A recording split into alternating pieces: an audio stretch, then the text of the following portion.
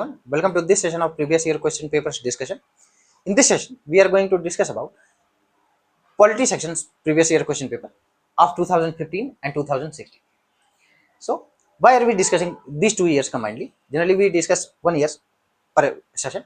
So, in 2015, only 11 questions, and in 2016, only 5 questions were there from polity section. So, combinedly, we will discuss 16 questions in this session. First, we will begin with 2015. So, let's see. So, first question, this is a factual question, right? So, here it says the provisions in the 5th schedule and 6th schedule in the Constitution of India are made in order to.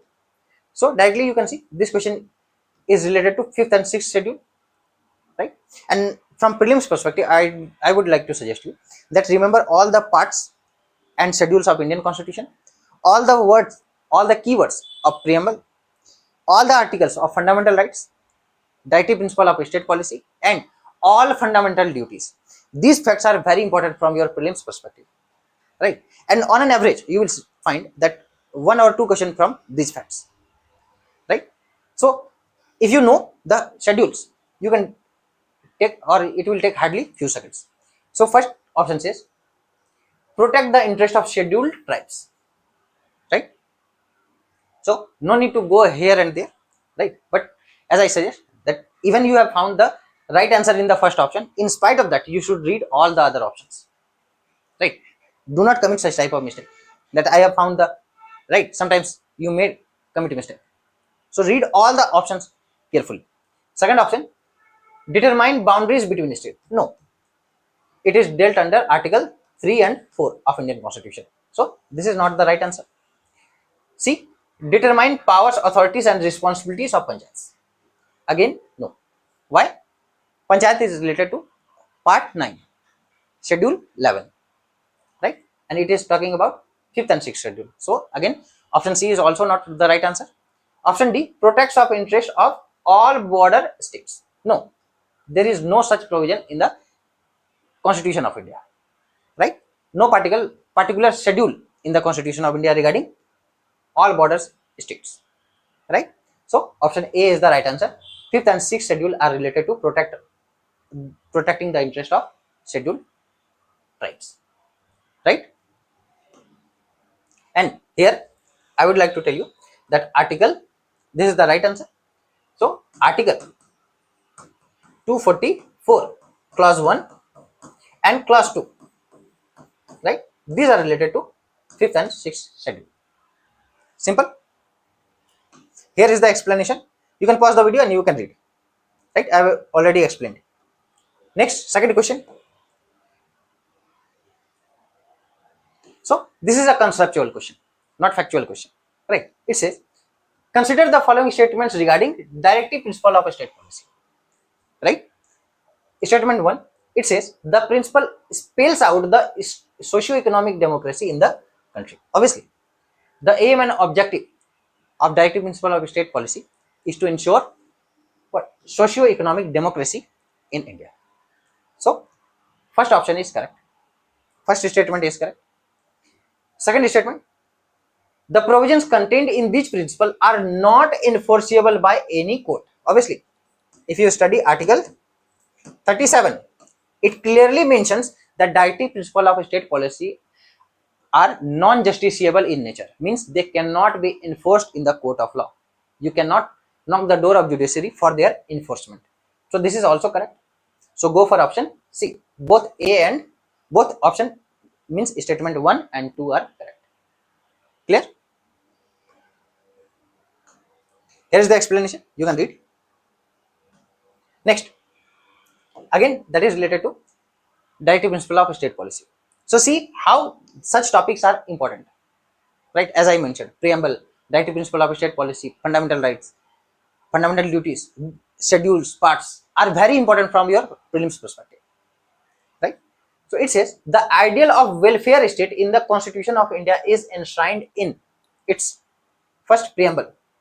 The answer is no. Though preamble talks about different types of justice, social, economic, political, right? But it does not directly talk about welfare state, right? Though it try to ensure justice, but does not talk about welfare state directly, right? Second, option B, directive principle of state policy. Obviously, right? When it tried to ensure socio-economic justice, socio-economic democracy. Obviously, socio-welfare state is nothing but where there is socio-economic equality. And directive principle of state policy try to ensure a welfare state. Simple. Fundamental rights? No. Right? Why? Because it try to ensure political democracy, not a welfare state. Right? It protects the civil rights of individuals. Seventh schedule, again no. It is related to distribution of powers between union and states. Consists of three lists: union list, state list, and concurrent list. Clear? So option B is the right answer.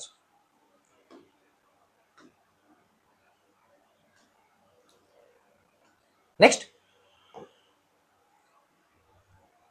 to uphold and protect the sovereignty, unity, and integrity of India is a provision made in the. Again, it is a factual question. And as I said, all these topics are important. So directly, this question is from fundamental duties. Right? So if you have studied Article 51A clause C, means that's why I told you that remember all the fundamental duties. From prelims perspective, these are very important. So Article 51A clause C, it says that it is the duty of individual, right, to protect, uphold and protect the unity, integrity, sovereignty, unity and integrity of India. Right? So directly go for answer D, fundamental duties. Article 51A clause C. Right? Next, there is a parliamentary system of government in India because, right? So again, it is a conceptual question, right? Raise question. Whenever you study polity, raise question. Why? Right? So this question is asking, why do we have parliamentary system of government? Right? There were debates in the Constituent Assembly that we should go for presidential system like USA. Right? But why do we opted, right, parliamentary system of government?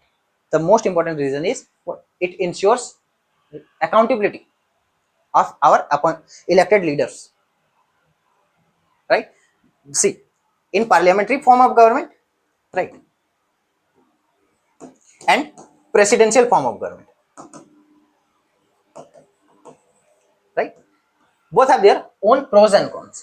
So for example, in parliamentary system of government, the government is less stable but more accountable towards people. In presidential system of government, government is more stable but less accountable towards people. That is the major difference. And in India, our founding fathers of constitution, right, so they opted for parliamentary system because, as I said, leaders are accountable towards the people. Means the executive is accountable towards the people. After every 5 years, there is election, right? There is parliament, lower house, where they are supposed to give answer, right? So first option A says Lok Sabha is elected directly by the people. No, this is not the objective. So I have already discussed. B says parliament can amend the constitution. Again, not this is not the objective of parliamentary system of government. See, Rajya Sabha cannot be dissolved. Though this statement is correct, but this is not the objective of parliamentary system of government. Every year, 1/3 members of Rajya Sabha retires, right? And it is called non-permanent house, and it represents state of India. That's why its name is Rajya Sabha, Council of States. But Lok Sabha, House of People, it represents people of India, and that's why means in Lok Sabha, executive is responsible towards people. Right. That's why Council of Ministers, option D. Council of Ministers is responsible to the Lok Sabha, means to the people of India. That's why option D is the right answer. Right. We have parliamentary system of government because Council of Ministers means that is executive is responsible towards the people. And under which article? Under Article 75, right? Clause 3. It says Council of Ministers. Right? There shall be a Council of Ministers headed by PM, right? And Council of Ministers are responsible to the Lok Sabha. Simple.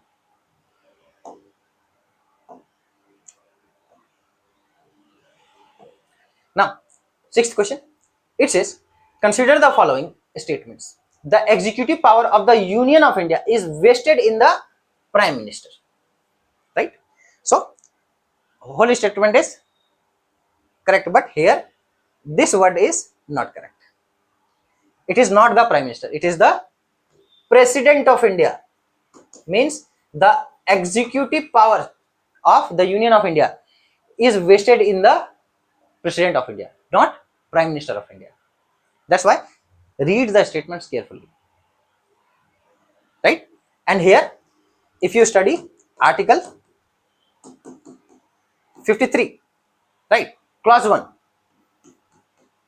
So Article 53 clause 1, it simply says that executive powers, right, executive powers of the Union of India lies in or vested in the President, not Prime Minister.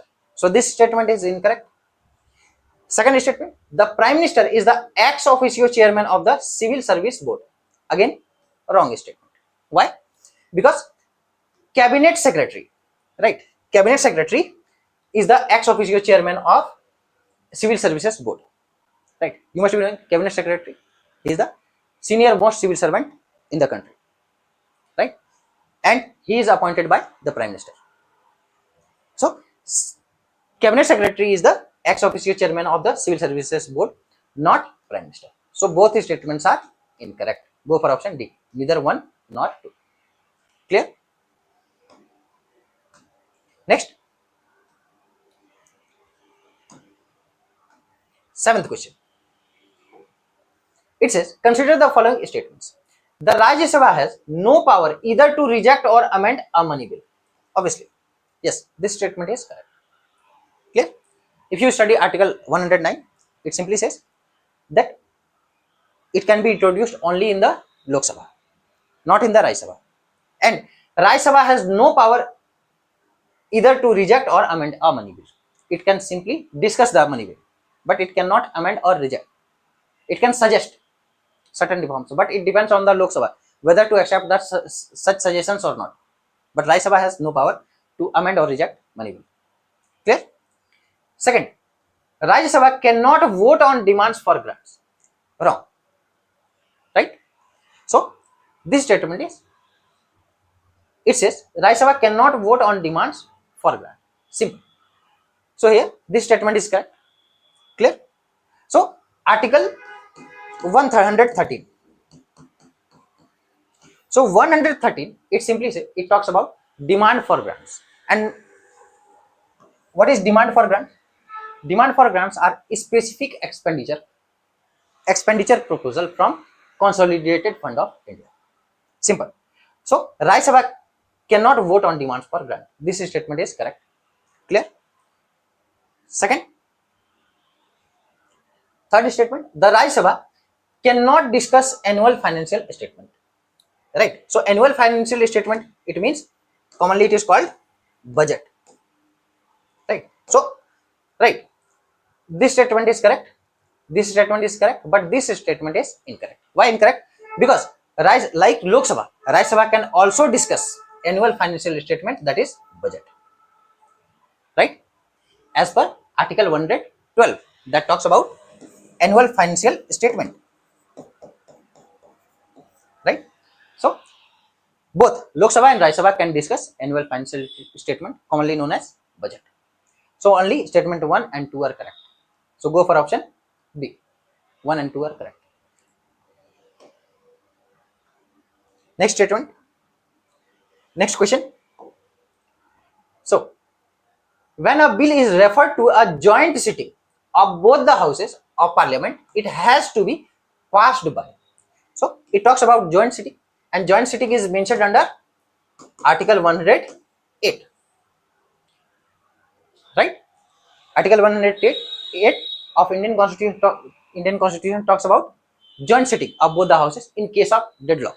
But you have to remember, for constitutional amendment bill and money bill, there should not be, or there could not be, a joint sitting of both the houses. means except money bill and constitutional amendment bill, right?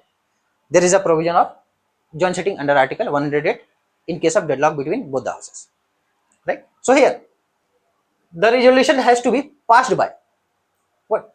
A simple majority of the members present and voting. First option. Second, 3/4 majority of the members present and voting. C, 2/3 majority of the houses. D, absolute majority of the houses. So see, whenever there is a joint sitting, you have to simply remember that the bill, right, has to be passed by simple majority, right? Nothing other, right? So simply go for option A. Means if there is a joint sitting, the bill has to be passed by simple majority of members present and voting, not any other type of majority, right?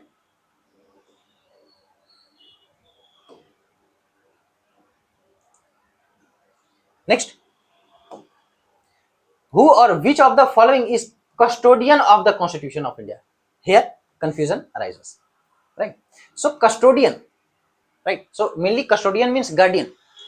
Who guards the Indian Constitution? The question lies here, right? Raise question that who is the custodian? Custodian means guardian, protector, defender of Indian Constitution. So first it says President of India, second Prime Minister of India. No, right? Lok Sabha Secretariat? No. But confusion, there is confusion between President of India and Supreme Court of India, right? So if you have studied about President of India, it simply says that as per Article 74, President is the constitutional head or de jure head, right? Not de facto head. So as a constitutional head, right, the executive powers lies in the hands of or lies in the President of India, but he is not the defender or custodian of the Constitution. Who is the custodian or defender? It is the Supreme Court of India. Why Supreme Court of India? Because there are certain articles. For example, if an individual's rights, fundamental rights are violated, right, he can knock the door of Supreme Court under Article 32. Article 13 gives power of judicial review to Supreme Court, right? Article 32 writs jurisdiction. Article 226, right? Again Article 136, Article 141, all these are related to what?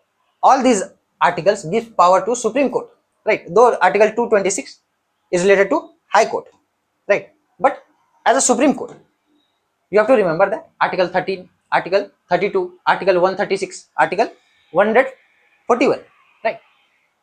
141, Article 141 is very important. Why? Because it says that Supreme Court is the final interpreter of the Constitution of India, right? In that sense, Supreme Court is the custodian of the Constitution of India, not President of India. Forget about Prime Minister or Lok Sabha Secretariat, right? So do not have confusion. Who is the final interpreter? Supreme Court, right? Power of judicial review, Supreme Court. Though High Courts have also power. Writ jurisdiction, Supreme Court. At state level, High Courts, right? So D is the right answer.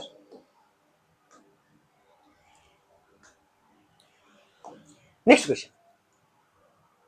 Consider the following statements. The Legislative Council of State. So it is related to legislative means upper house of state assembly, state legislature in India can be larger in size than half of the legislative assembly of that particular state. It simply says that if in legislative assembly there are 500 seats, just an example, then in legislative council there could be half of these seats, means 250 seats, right? So this statement is incorrect. Why incorrect? Because as per Article 171 clause 1, right, I am writing Article 171 clause 1, it simply says that the total number of seats in the legislative council of a state cannot be more than 1/3 of legislative assembly, right? Means for example, if the total number of seats in the state legislative assembly is 300, then the maximum number of seats can be 100 in legislative council, that is one third, right? One third of 300 cannot be more than one third of legislative assembly, right? And it is clearly mentioned in article 171 clause 1. Clear?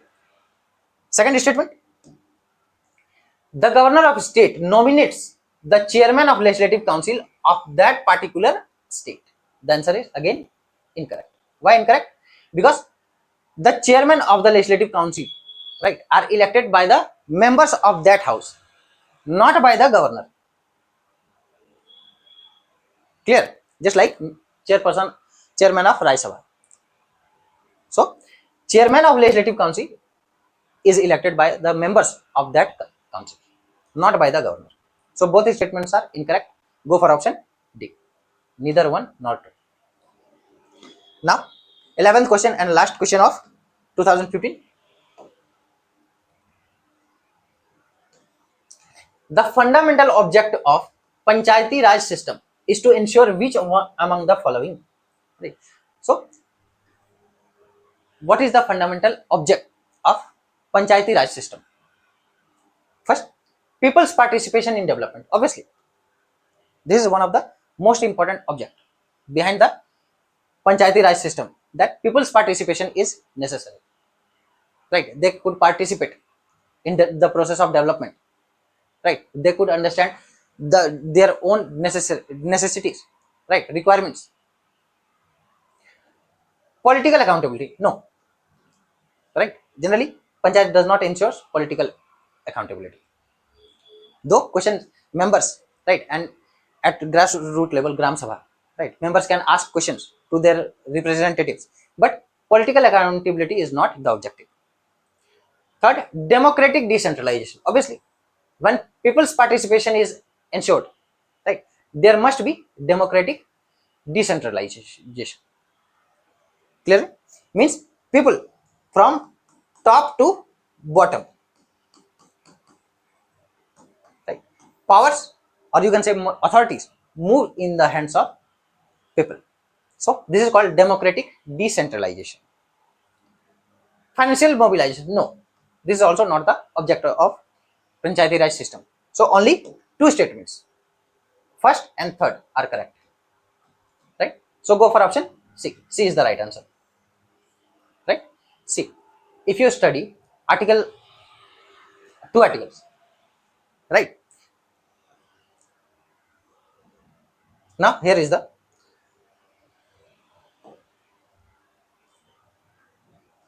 Panchayati Raj system, right? Obviously constitutionalized by 73rd Amendment Act 1992 and aims to establish democratic decentralization. Obviously, power devolved to local self-governments at grassroots level, as I said, and promote people's participation in rural development and decision making, right? Not political accountability or financial mobilization. Now 2016, only 5 questions. So first question, again question related to Parliament. Parliament of India acquires the power to legislate on any item in the state list in the national interest if a resolution to that effect is passed by the, right? So if Parliament of India acquires power to legislate on any item in the state list, you must be knowing 7th schedule includes 3 lists: union list, state list, concurrent list. And in the, if Parliament wants to make a law, right, in the interest or in national interest on state subject, right, then it must pass a resolution to that effect is passed by simple Lok Sabha by a simple majority of its total membership. See, whenever there is center-state relationship is affected, generally Rajya Sabha is given priority. You have to apply that logic, right? For example, to create any all India service that affects federalism, right? Again, Rajya Sabha's role becomes more important than Lok Sabha. So here, states' interests are being affected, right? So forget about Lok Sabha. Always remember Rajya Sabha. Again, Lok Sabha passed by a majority of not less than 2/3 of its total membership. Again, not correct, right? Rajya Sabha by a simple majority of its total membership. Though Rajya Sabha is considered, but you have to remember that it has to be passed by a special majority, not by simple majority, right? So option D is the right answer. Rajya Sabha by a majority of not less than 2/3 majority, right, of its members present and voting. Simple. So if you study Article 249, right, it is clearly mentioned that if Parliament of India acquires power to legislate on any item in the state list, it has to pass a resolution, right, in the Rajya Sabha by a majority of not less than 2/3 of its member present and voting. Under which article? Under Article 249. Simple.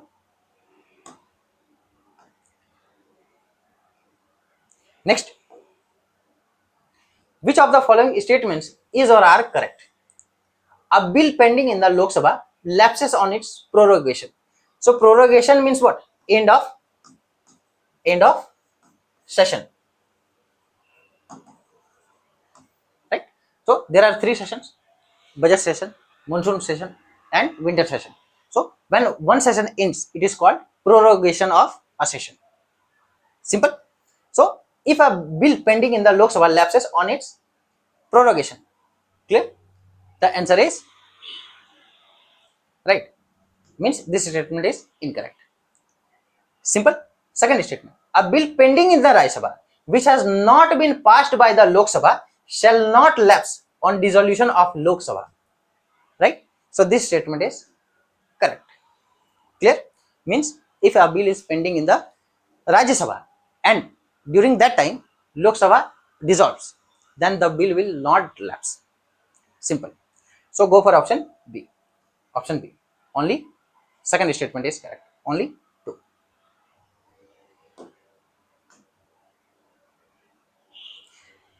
Again, very important question. See, in 2015, it asked a question from Cabinet Secretary. In 2016, a question from Chief Secretary. This is how topics could be correlated, right? And in that sense, previous year question papers are very important, right? See how topics are repeated, right? First sentence says, the Chief Secretary in a state is appointed by the Governor of state, right? The answer is, statement is incorrect. The Chief Secretary is the senior most officer, right, administrative officer in the state, and Chief Secretary is appointed by whom?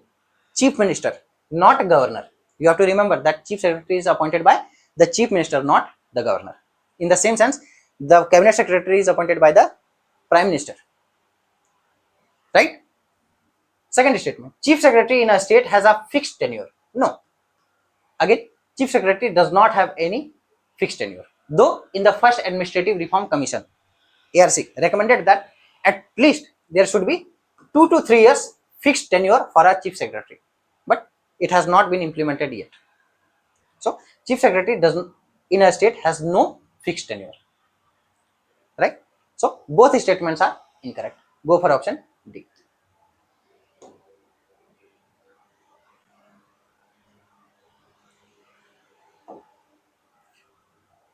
Again, important question from Panchayat. It says the minimum age prescribed for any person to be a member of Panchayat is 25 years. Simply, you have to remember this statement is incorrect. Even if you know that the minimum age criteria for Panchayats, right, is 21 years, you can call it incorrect. Simple. If you study Article 243,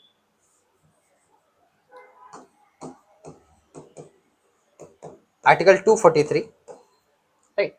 Article 243 F clause 1 subclause A. Simple. F clause 1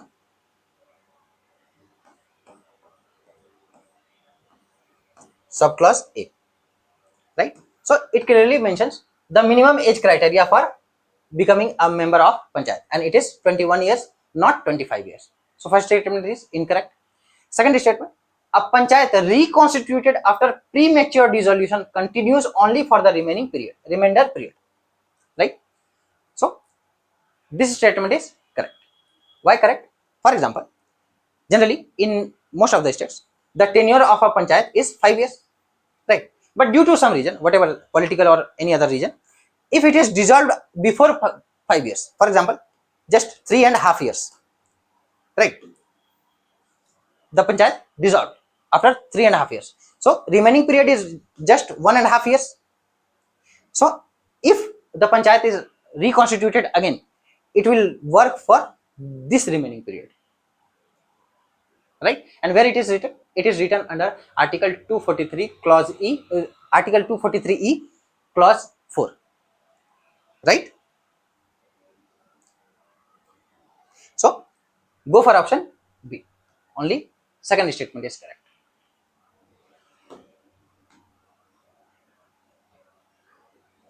Now last question.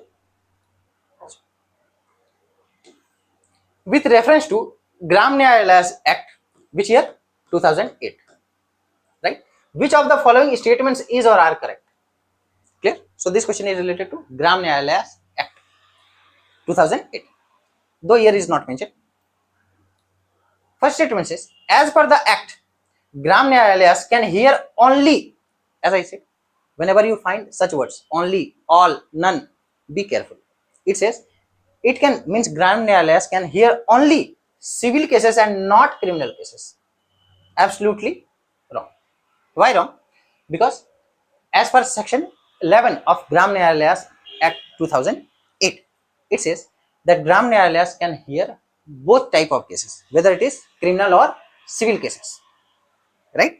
Section 12 talks about criminal cases and section 13 talks about civil cases. So as per section 11, 12 and 13, Gram Nyayalayas can hear civil and criminal cases both. So statement 1 is incorrect. Second, the act allows local social activists as mediators or reconciliators. Yes, this is correct statement, right?